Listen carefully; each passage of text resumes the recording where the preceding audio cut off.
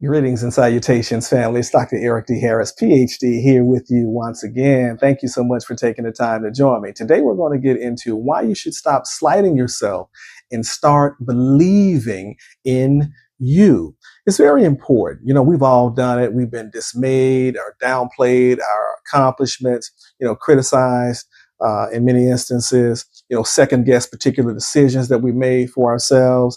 It's easy to fall in a space where you're not only slighting yourself, but you are diminishing your potential and the gifts that you have. We've been told that the greatest obstacle standing between you and your success is some type of external force, but in many instances, it's not that. It's the way that you talk to yourself, the way that you process and deal with you.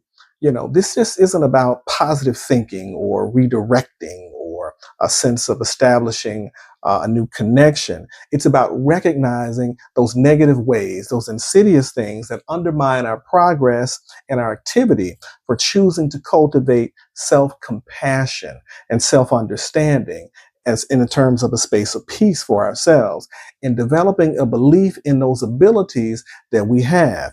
You have to understand that you cannot knock yourself. You can't slight yourself. Slighting yourself can take place in many different ways. Downplaying those achievements, negative self-talk, comparing yourself to others, saying yes when you literally want to say no, avoiding those challenges, those things that will push you to help cultivate a space for you of success and harness those skills that you have and not celebrating your wins. You got to take the time out to do that. But why do we do that in so many instances? We do that because there's a fear of failure.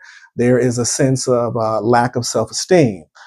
This idea of perfectionism. It has to be perfect that we hold on to. Some instances we wear a mask or multiple masks and we sort of find ourselves in a space of imposter syndrome. And also the element of social conditioning based upon where we are and also where we have been.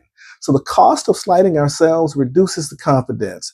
We miss opportunities. We're not able to attain those goals and stick to those things that we have wanted to do. And we occupy a space of unfilled potential and unfilled dreams. And that's a space that you don't want to be in.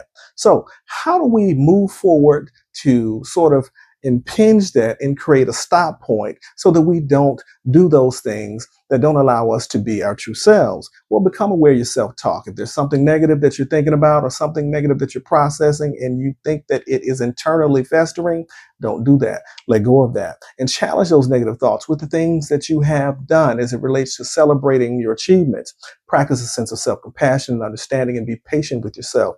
Focus on your strengths, not your weaknesses, and set realistic, attainable goals. Celebrate those wins. Surround yourself with people that love you, that are invested in you and important in your life. So one of the key takeaways here is that it's not about the success that's tied to the fulfillment. It's not about slighting yourself. It's about believing in your potential, offering yourself a sense of self-compassion on the journey that you take each and every day. Dr. Eric D. Harris, PhD. Be well. Peace.